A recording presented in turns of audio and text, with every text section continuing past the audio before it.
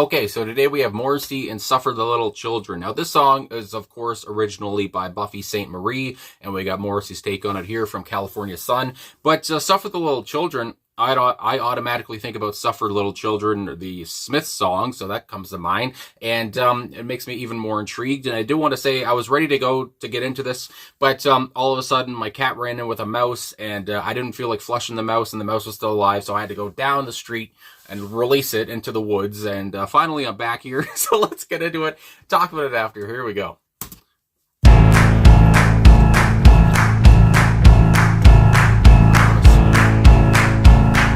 Piano.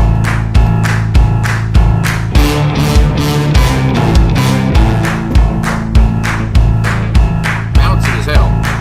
School bell go ding dong ding, the children all line up. They do what they are told, take a little drink from the liar's cup.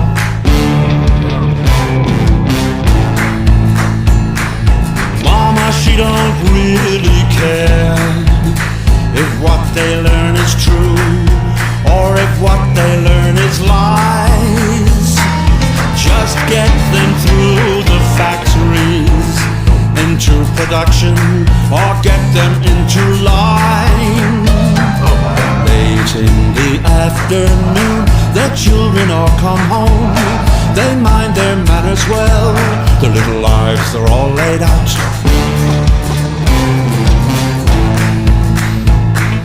Mama, she don't seem to care if she may break their hearts. She clips their wings off, they never learn to fly.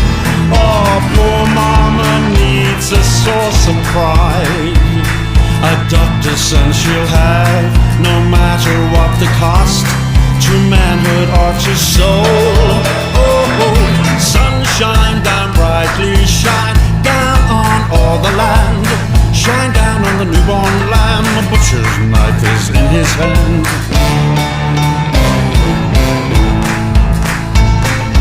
Mama, she keeps them unprepared to meet the enemy, so common unto all. Teach them that evil dwells across the sea, or lives in a mountain like they see on TV. It's down in the heart of town, the devil dresses up, he keeps his nails clean. What, did you think he was a boogeyman?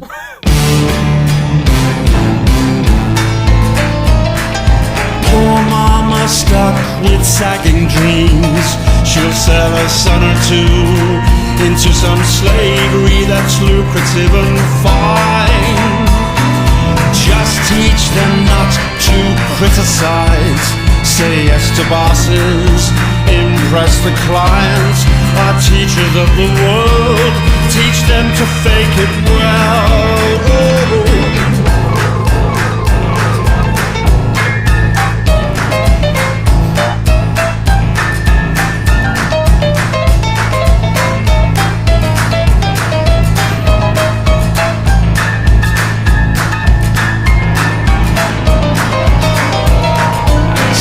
Bell go ding dong ding, the children all line up.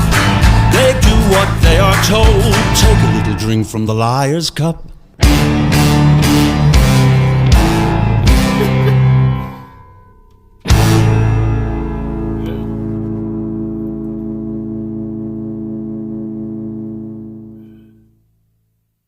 All right, Morrissey, Suffer the Little Children. Now, this was a bit different than the Smiths' Suffered Little Children, I gotta say. And I've never listened to the original by Buffy, which is a name I've always enjoyed. But anyway, I've never listened to her version, so I don't know if it sounds like this at all.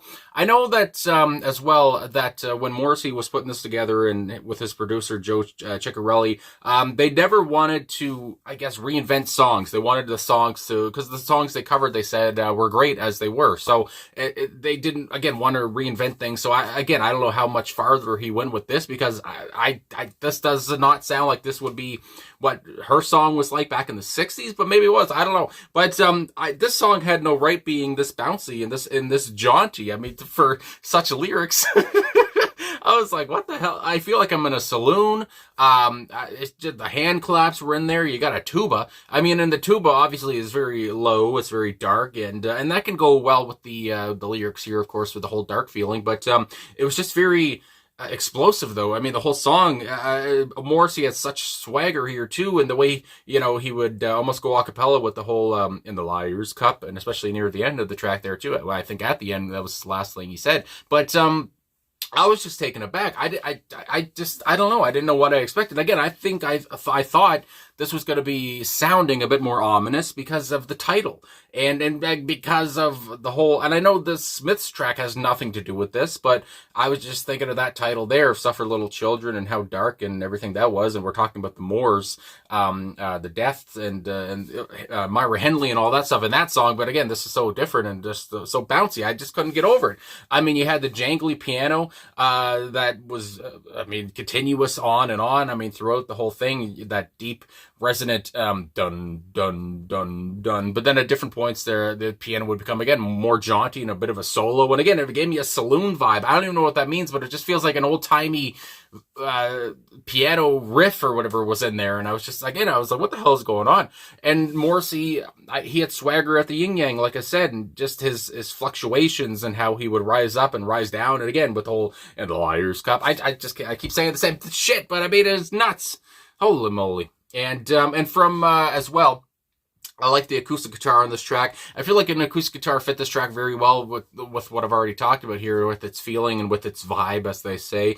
And it gave it more of a more intimate feel, if you want to say that much too. And yeah, I just the lyrics, between the lyrics and the song, I was just taken aback. The lyrics and the music, I don't know if it was a very different take, I feel like. And yeah, but the swagger was there all the way through. And I like from what I've read that Jesse Tobias and Morrissey were, of course, talking about what they wanted to do on the song. And Morrissey wanted an unusual instrument, apparently, from what he said. And Jesse came up with a tuba, and Morrissey loved it. So then they brought the tuba on. And like I said, the tuba was another big factor in the track, besides the piano, I would say, and the vocals. But and the vocals too, just his quickness, his delivery was just unique. Like I haven't heard Morrissey like this in a while. And yeah, it was quite the change up. I mean, my God, I think of other songs about school, and I mean, I just reacted to not too long ago to School by Supertramp,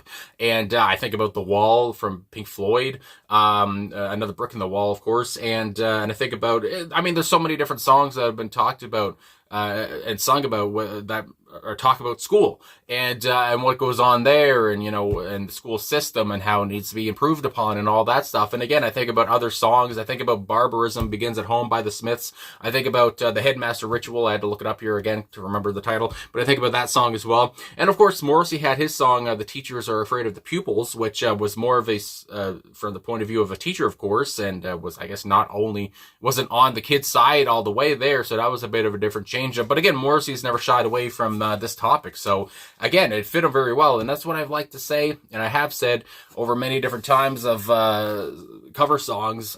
Every time I listen to one of his cover songs, he seems to pick a song that may not be the most known or whatever, but is special to him and means something to him, and speaks to him. And like I said, I guess they did not want to reinvent the wheel, because I mean, the song was already done. But they had their own take here. And like I said, I've never heard the original, but I can't imagine it sounds as jaunty and bouncy as this. But again, maybe it does. I don't know. But yeah, my goodness gracious, I couldn't get over that.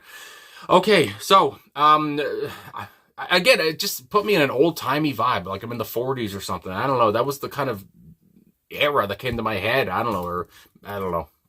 Maybe not even the 40s, because I guess the saloon days, and, I'm thinking of cowboys and, gunslingers. I don't know. That's the kind of feeling it gave me with those hand claps, and I don't know, maybe like a New Orleans vibe as well. It was just nuts. And I did read a quote too, and I wrote it down because I wanted this to, I wanted to remember this, and I take these videos kind of seriously, whatever. But from Buffy's own lips, she said that she wrote this from the point of view of a teacher who has been there, done that, seen it all, wrote it down, and wants to make it better. So that's another thing that I feel like is very important when you look at this song, because you're talking about the kids here, and it's just there's a feeling in Morrissey's voice where it's just like, we want change, you feel bad for these kids, but it's like, but fuck, it's just going to be like this forever. There's almost like that whole feeling of like, he's just resigned to this feeling of we're fucked. We can't change the system.